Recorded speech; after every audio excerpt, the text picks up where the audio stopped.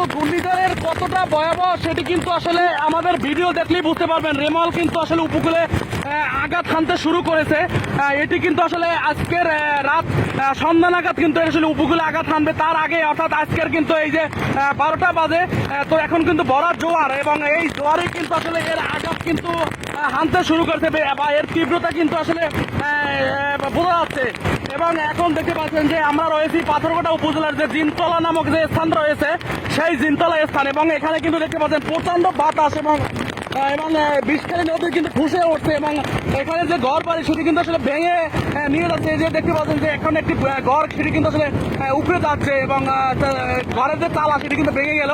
এবং এই যে প্রধান যে বেরিবারটি রয়েছে সেই বেরিবারটি কিন্তু একেবারে নদীতে, অর্থাৎ এই যে বিষখালী নদী সেটি কিন্তু আসলে গ্রাস করে নিচ্ছে। এই যে দেখতে পাচ্ছেন কিছুক্ষণ আগে এই যে গাছপালা সেগুলো কিন্তু আসে আমরা এসে কিন্তু বেরিবাদের উপরে দেখেছি, এখন কিন্তু সেগুলো বিষখালী নদীতে বিলীন হয়ে যাচ্ছে।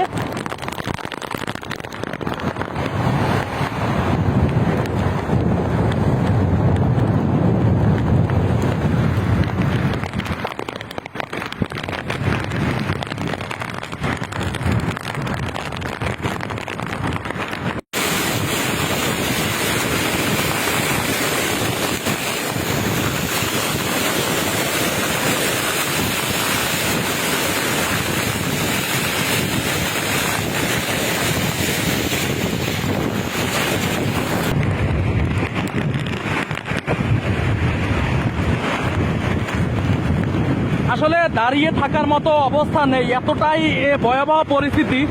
সেটি হয়তো আমরা ক্যামেরার মাধ্যমে আপনাদেরকে বোঝাতে পারছি না। যে এখানে দেখতে পাচ্ছেন একটি কবরস্থান, সেটি কিন্তু আসলে বিলীন হয়ে যাচ্ছে। এটি কিন্তু আর হয়তো আধা ঘন্টা বা 10 মিনিট আসলে থাকবে কিনা সেটা জানি না আমরা সঠিক, কিন্তু এই কবরস্থানটি কিন্তু আসলে এই যে বিষখালী নদীতে নিয়ে যাচ্ছে।